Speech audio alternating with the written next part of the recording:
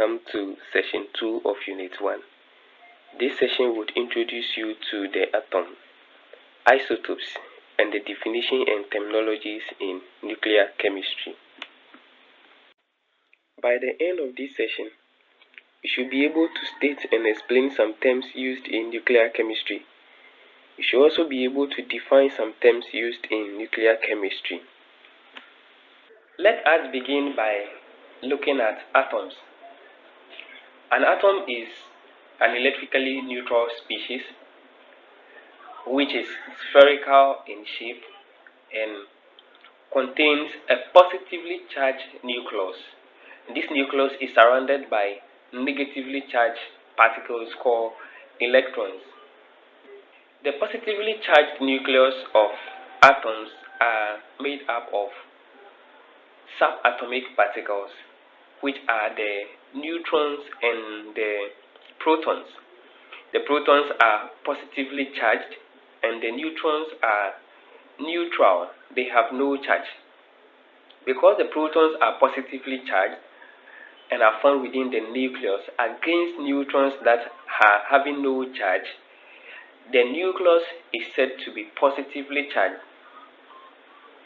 The atom itself is neutral because it contains protons which are positively charged and their charge is balanced by electrons that are negatively charged around the nucleus. The protons and the neutrons are collectively termed as nucleons. We shall be looking at isotopes, but before then I want you to note that the electrons in an atom move rapidly around the nucleus and are held there in space by attraction with the positively charged nucleus. The nucleus is occupying just a small portion of the atom, but it contains more than 99% of the mass of the atom. Also, the magnitude of the charge of protons is equal to that of electrons. Back to isotopes. Most elements exist in nature as a mixture of isotopes. In other words, we can say they are more or less a replicate of themselves. We can define isotopes as species that are the same atom, they have the same number of protons and the same number of electrons if they are neutral, but they have different number of neutrons.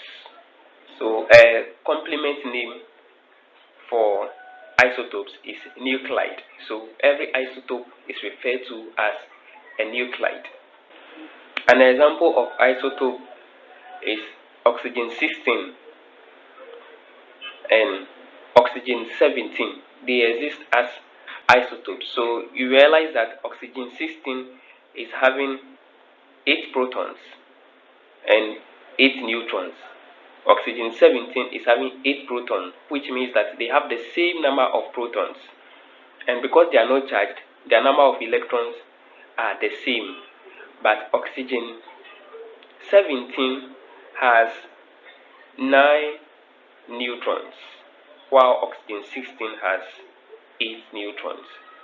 They are the same in terms of protons and the same in terms of electrons, but in terms of neutrons, they are different. Let us look at atomic notations. The atoms and the protons and mass number are represented in a way for simplicity's sake. Now there are 3 ways of representing these atoms and they are referred to as the atomic notations.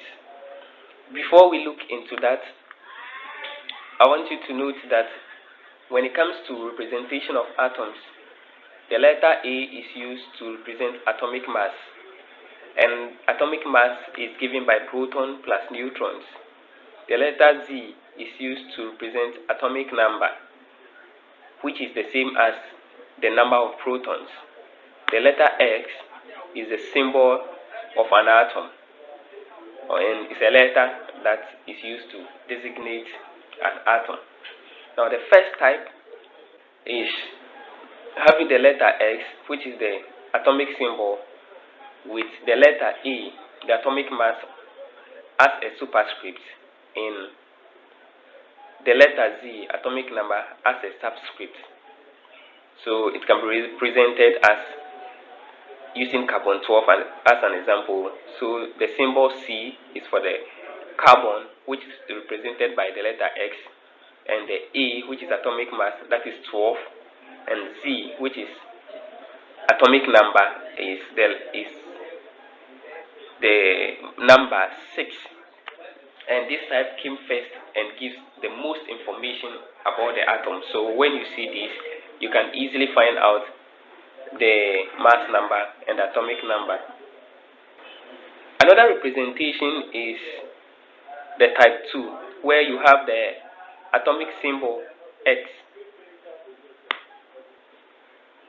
with only the atomic mass on it. So example is carbon 12. And this is of the idea that everyone knows that carbon is having atomic number of 6. And so for simplicity's sake, we only write the mass number. We only represent the mass number. The third one is writing the atomic symbol, then you bring dash the atomic number or atomic mass, which is the E. So to represent carbon 12, it's just carbon to 12. So this type came last and is the easiest of all the types, and still relays all the info you need. You need to know about the atom. And we say carbon 12. That's how we speak it, carbon 12. The atomic notations can also be applied to represent the subatomic particles. For example, it could be used to represent the neutron, which has a mass of 1 and a proton number of 0. It can also represent the proton, which has a mass of 1 and a proton number of 1.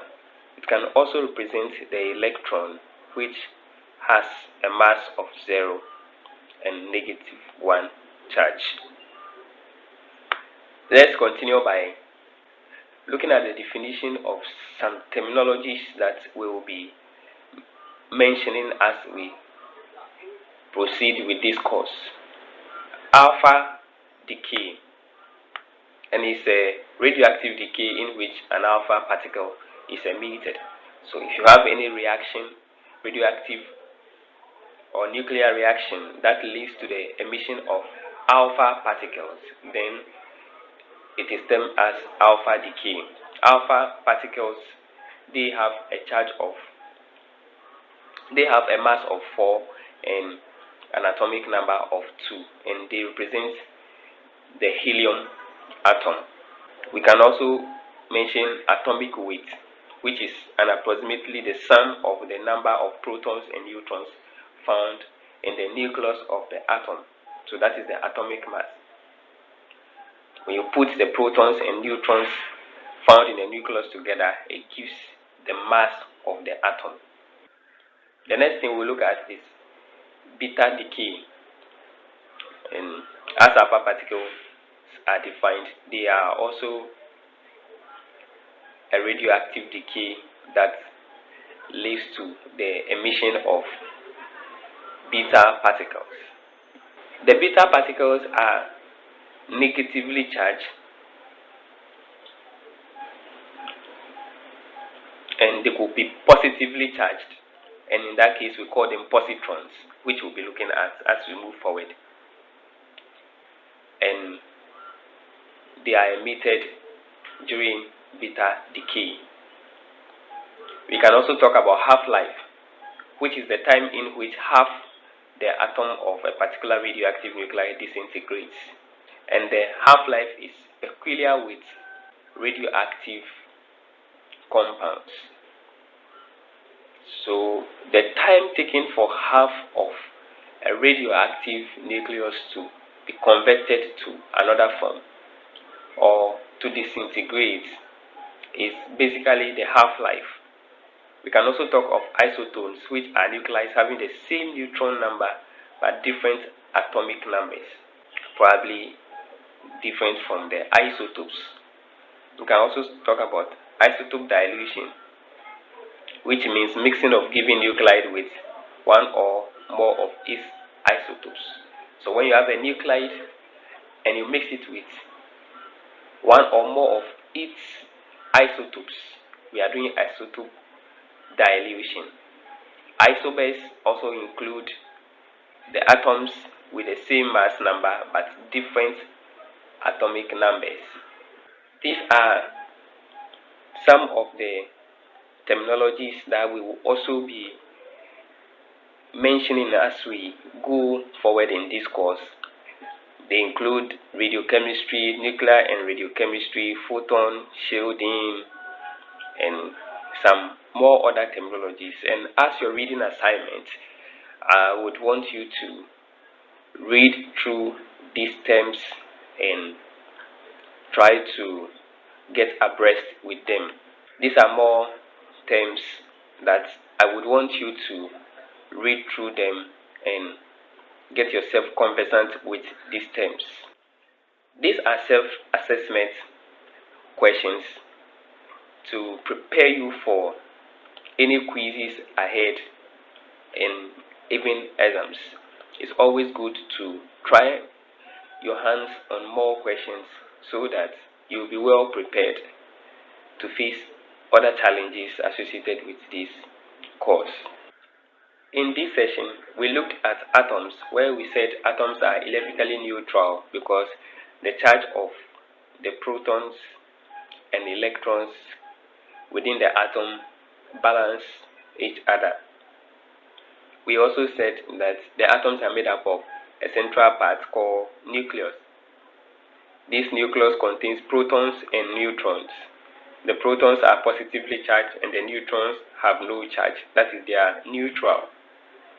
And so the nucleus is also regarded to be positively charged. We also looked at isotopes, where we said isotopes are atoms of the same element, but they have different neutron numbers. Their number of protons are also the same. And we said that they are referred to as nuclides. We look at the three atomic notations and we also defined some terms that are relevant to the course.